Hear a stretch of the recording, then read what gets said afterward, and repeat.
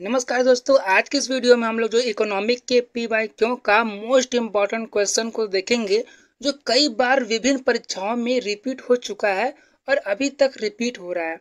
तो आइए वीडियो को स्टार्ट करते हैं समय न गवाते हुए। क्वेश्चन नंबर 1 है, पूंजीवादी अर्थव्यवस्था में कीमतें निर्धारित होती हैं।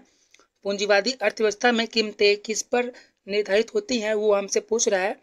तो देखिए, पूंजीवादी अर्थव्यवस्था को हम लोग जो है लाभ जनित अर्थव्यवस्था, बाजार अर्थव्यवस्था, मुक्त बाजार अर्थव्यवस्था और जो है लेजेज फेयर इकोनॉमी भी कहते हैं। तो ये जो होता है ना, ये मांग और आपूर्ति पे निर्भर करता है। तो ऑप्शन नंबर ए जो है बिल्कुल सही हो जाएगा, मांग और आपूर्ति। और आपको बता दें, ये जो पूंजीवादी अर्थव्यवस्था होती है ये प्राइवेट हाथों में होती है। इसी के साथ जो हम लोग क्वेश्चन नंबर 2 की ओर चलते हैं। क्वेश्चन नंबर 2 है, किस संवैधानिक संशोधन ने भारत में जीएसटी के कार्यान्वयन को सक्षम बनाया है? तो आपको बता दें, ये 101वां संशोधन था, जो 122वां संशोधन बिल था। ये उसी के तहत जो है ये सक्षम बनाया गया था। तो ऑप्शन नंबर जो है ए बिल्कुल सही हो जाएगा। ऑप्शन नंबर ए बिल्कुल ही सही हो जाएगा, 101वां संशोधन था। इसी के साथ जो है क्वेश्चन नंबर 3 की ओर चलते हैं। क्वेश्चन नंबर 3 है, अर्थव्यवस्था के क्षेत्र में शिक्षा, खुदरा और स्वास्थ्य सेवा जैसी गतिविधियां शामिल है। मतलब कि अर्थव्यवस्था के किस क्षेत्र में शिक्षा, खुदरा और स्वास्थ्य सेवा जैसी गतिविधियां शामिल है, वो हमसे पूछ रहा है। तो आपको बता दें, सेवा से संबंधित जितनी भी चीज़ें होती हैं वो तृतीय क्षेत्र में आता है। तो ऑप्शन नंबर सी बिल्कुल ही सही हो जाएगा। ऑप्शन नंबर सी बिल्कुल ही सही हो जाएगा। और आपको बता दें कि प्राथमिक क्षेत्र में जो है प्राकृतिक उद्योग आते हैं और द्वितीय क्षेत्र में जो होता है औद्योगिक क्षेत्र आता है। इसी के साथ जो है हम लोग जो है क्वेश्चन नंबर 4 की ओर चलते हैं। क्वेश्चन नंबर 4 है कि वस्तु एवं सेवा कर जीएसटी परिषद में कितने सदस्य होते हैं, वो हमसे पूछ रहा है कि जीएसटी परिषद में कितने सदस्य होते हैं। तो देखिए, हम लोग जो है क्वेश्चन 20 है और क्वेश्चन 20 को सॉल्व करते करते कई ऐसे भी क्वेश्चन हम लोग डिस्कस करेंगे जो उन्हीं 20 क्वेश्चन से रिलेटेड होगा, लेकिन वो भी परीक्षाओं में पूछा जा चुका है। ठीक है, जैसे देखिए, जीएसटी परिषद में कितने सदस्य हैं? तो सदस्य जो है कुल 33 हैं। तो ऑप्शन नंबर ए बिल्कुल सही हो जाएगा। ऑप्शन जो है ए बिल्कुल सही हो जाएगा। और इसकी चर्चा जो है अनुच्छेद 279 ए में किया गया है। और इसके जो अध्यक्ष होते हैं वो वित्त मंत्री होते हैं। और इसमें जो कुल दरें होती हैं वो 4 होती हैं, जैसे 5%, 12%, 18% और 28%। इसी के साथ जो हम लोग क्वेश्चन नंबर 5 की ओर चलते हैं। क्वेश्चन नंबर 5 है, निम्नलिखित में से कौन सा 2016 में विमुद्रीकरण के उद्देश्यों में से एक था? तो दोस्तों, 2016 में विमुद्रीकरण का मतलब होता है नोटबंदी। 2016 में जो नोटबंदी हुआ था, वो उसका कारण क्या था, वो हमसे पूछ रहा है, उसका उद्देश्य क्या था। हाँ, तो इसमें देखिए, ऑप्शन नंबर बी जो है बाजार में काले धन के प्रसार को कम करना और रोकना। तो यही कारण था नोटबंदी का 2016 में। और आपको बता दें, ये तो ऑप्शन नंबर बी जो है बिल्कुल सही हो जाएगा। ऑप्शन नंबर बी बिल्कुल ही सही हो जाएगा। और इसी के साथ आपको बता दें कि नोटबंदी जो है अब तक 3 बार हो चुका है। पहली नोटबंदी जो है 1946 में हुआ था। उसमें जो आरबीआई के गवर्नर थे वो सीडी देशमुख थे। ये कई बार परीक्षाओं में पूछा जा चुका है, इसलिए हम बता रहे हैं। और दूसरी बार जो नोटबंदी हुआ था वो 1978 में हुआ था। और उसमें जो आरबीआई के गवर्नर थे वो आईजी पटेल जी थे। कौन था? आईजी पटेल। और इस समय जो ये 2016 में हुआ था, 8 नवंबर 2016 को, इस समय जो थे उर्जित पटेल जी थे। ठीक है, तो क्वेश्चन नंबर 6 की ओर हम लोग चलते हैं। क्वेश्चन नंबर 6 है, इनमें से कौन सा संगठन भारत में 1 रुपया मुद्रा, नोट और सिक्के को जारी करता है? दोस्तों, इसी क्वेश्चन को कई प्रकार से पूछा जाता है। पहला प्रकार तो ये है, इसमें से कौन सा संगठन भारत में 1 रुपया मुद्रा, नोट और सिक्के जारी करता है? तो बता दें कि वित्त मंत्रालय जो है ये जारी करता है।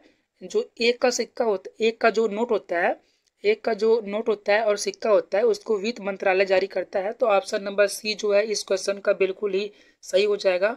Option number C. और आपको बता दें कि जो 1 रुपए का सिक्का नोट होता है, उस पर जो होता है वित्त सचिव का साइन होता है। किसका साइन होता है? वित्त सचिव का जो होता है साइन होता है।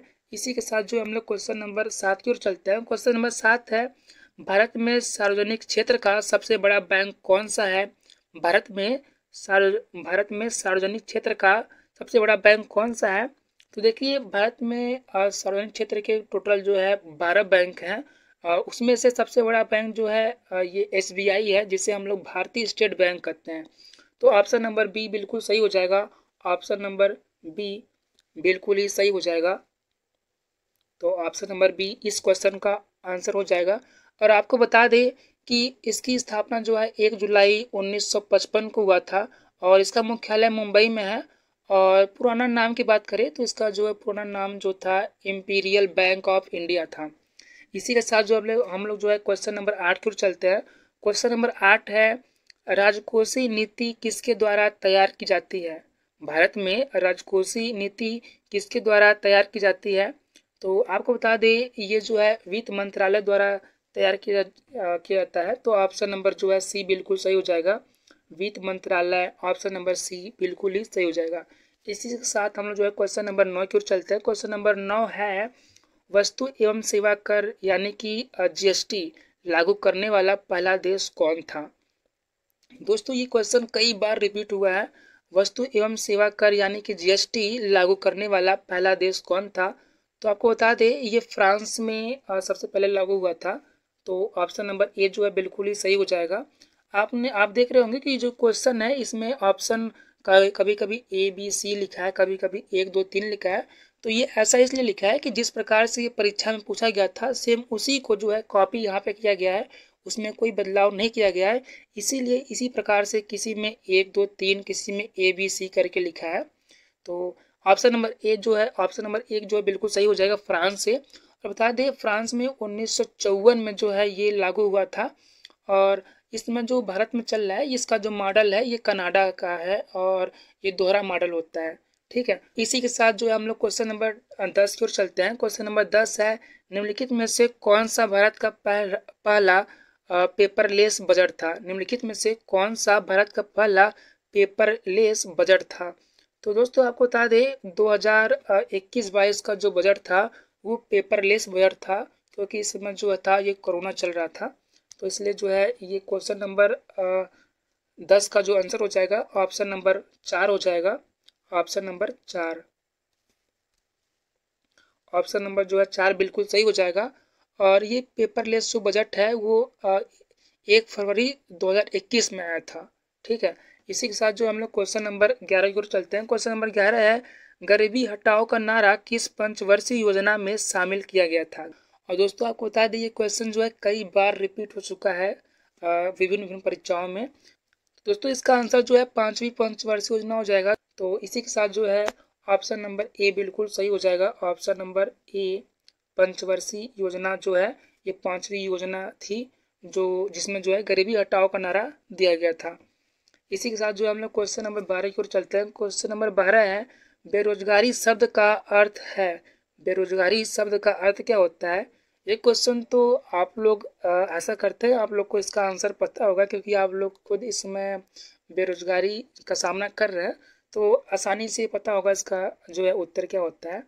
तो देखते हैं ऑप्शन नंबर बी जो है, ऐसी स्थिति जहां लोग काम करने के इच्छुक और सक्षम है लेकिन उन्हें नौकरी नहीं मिल पाती है। तो ऑप्शन नंबर बी जो है बिल्कुल ही सही हो जाएगा। Option number B. इसी के साथ जो है हम लोग क्वेश्चन नंबर 13 की ओर चलते हैं। क्वेश्चन नंबर 13 है, एक वर्ष के दौरान घरेलू अर्थव्यवस्था के भीतर होने वाले अंतिम वस्तुओं और सेवाओं के कुल उत्पादन को मापा जाता है। दोस्तों आप ध्यान से देखें तो यदि आप लोग ने इकोनॉमिक की क्लासें ली होंगी कहीं से भी, तो आपको पता चल जाता होगा कि ये जो है GDP का परिभाषा है कि एक वर्ष के दौरान घरेलू अर्थव्यवस्था के भीतर होने वाले अंतिम वस्तु और सेवाओं के कुल उत्पादन को ये GDP जो है मापता है। तो ऑप्शन नंबर जो है 2 जो है बिल्कुल सही हो जाएगा, GDP। इसी के साथ जो है हम लोग जो है क्वेश्चन नंबर 14 को चलते हैं। क्वेश्चन नंबर 14 है, विश्व बैंक का मुख्यालय कहाँ स्थित है? ये थोड़ा सा टाइपिंग मिस्टेक है। तो आपको बता दें कि विश्व बैंक का मुख्यालय वाशिंगटन DC में स्थित है और यह 1944 में 1944 में इसकी स्थापना हुई थी। वाशिंगटन डीसी इसका जो है मुख्यालय हो जाएगा। और इसमें जो सदस्य थे कुल 190 सदस्य थे। और इसका जो कार्य होता है वो विकासशील देशों का विकास करना होता है। और इसके जो अध्यक्ष इस समय हैं वो अजय बंगा जी हैं। ठीक है, इसी के साथ जो है हम लोग जो है क्वेश्चन नंबर 15 को चलते हैं। क्वेश्चन नंबर 15 है, अंत्योदय अन्न योजना सरकार द्वारा किससे किससे लड़ने के लिए शुरू की गई थी। तो दोस्तों अंत्योदय अन्न योजना जो है ये गरीबी से लड़ने के लिए शुरू की गई थी। तो ऑप्शन नंबर 1 जो है बिल्कुल सही हो जाएगा। ऑप्शन नंबर 1 बिल्कुल ही सही हो जाएगा। इसी के साथ हम लोग क्वेश्चन नंबर 16 की ओर चलते हैं। क्वेश्चन नंबर 16 है, महात्मा गांधी राष्ट्रीय ग्रामीण रोजगार गारंटी अधिनियम यानी कि मनरेगा 2005 प्रत्येक ग्रामीण परिवार को हर साल कितने दिनों का सुनिश्चित रोजगार प्रदान करता है।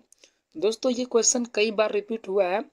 तो यदि आप लोग की गांव में भी यदि आप लोग गांव में रहते हैं तो आप लोग जानते होंगे ये मनरेगा वाला कार्य। तो उसमें क्या होता है कि 100 दिन का जो सरकार होती है वो 100 दिन का कार्य प्रदान करती है, उनका रोजगार जो है प्रदान करती है।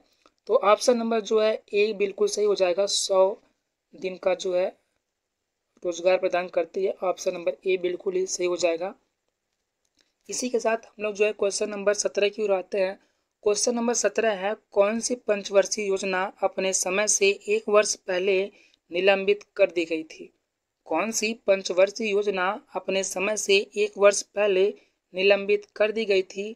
तो बता दें इसका आंसर जो हो जाएगा ऑप्शन नंबर ए बिल्कुल सही हो जाएगा। पंचवर्षीय योजना जो थी वो 5वीं पंचवर्षीय योजना थी। तो ऑप्शन नंबर ए बिल्कुल ही सही हो जाएगा। Option number A. इसी के साथ जो है हम लोग क्वेश्चन नंबर 18 की ओर चलते हैं। क्वेश्चन नंबर 18 है कि भारतीय अर्थशास्त्र के संदर्भ में एफडीआई का अर्थ क्या होता है। यहाँ पे हमसे जो है एफडीआई का फुल फॉर्म पूछ रहा है। तो बता दें एफडीआई का जो फुल फॉर्म होता है वो होता है फॉरेन डायरेक्ट इन्वेस्टमेंट। ये ऑप्शन बिल्कुल सही हो जाएगा। ऑप्शन नंबर बी जो है बिल्कुल ही सही हो जाएगा। Option number B. इसी के साथ जो है हम लोग क्वेश्चन नंबर 19 को चलते हैं। क्वेश्चन नंबर 19 है, केवाईसी का मतलब क्या होता है। केवाईसी का मतलब दोस्तों इस समय जो है टैबलेट मिल रहा है सरकार द्वारा। तो उसमें भी आप लोग जो है उसका केवाईसी करवाते होंगे। तो केवाईसी का मतलब क्या होता है ये हमसे इस क्वेश्चन में पूछा गया है कि केवाईसी का मतलब क्या होता है। तो केवाईसी का मतलब होता है नो योर कस्टमर, यानी कि ऑप्शन नंबर बी बिल्कुल ही सही हो जाएगा। Know your customer. Option number B बिल्कुल ही सही हो जाएगा। इसी के साथ ऑप्शन नंबर 20 पे हम लोग आ गए हैं। क्वेश्चन नंबर 20 है, भारतीय खाद्य निगम की स्थापना निम्नलिखित में से किस वर्ष की गई थी। भारतीय खाद्य निगम की स्थापना निम्नलिखित में से किस वर्ष की गई थी। तो आपको बता दें 1965 में की गई थी। और उस समय जो है पीएम जो थे वो लाल बहादुर शास्त्री जी थे। तो ऑप्शन नंबर ए बिल्कुल ही सही हो जाएगा। Option number A. तो दोस्तों आज के लिए बस इतना ही। मिलते हैं नेक्स्ट वीडियो में। यदि वीडियो अच्छा लगा हो तो लाइक करिएगा। साथ ही ऐसे वीडियो पाने के लिए हमारे चैनल को सब्सक्राइब करिएगा। धन्यवाद।